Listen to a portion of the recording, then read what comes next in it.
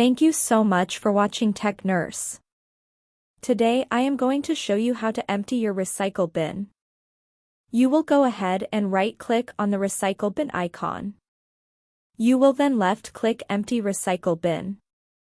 A prompt will come up and it will ask you if you want to permanently delete the items. You can click Yes or No. That is it. Let me know in the comments if it worked for you. Thanks for watching. I hope this helped.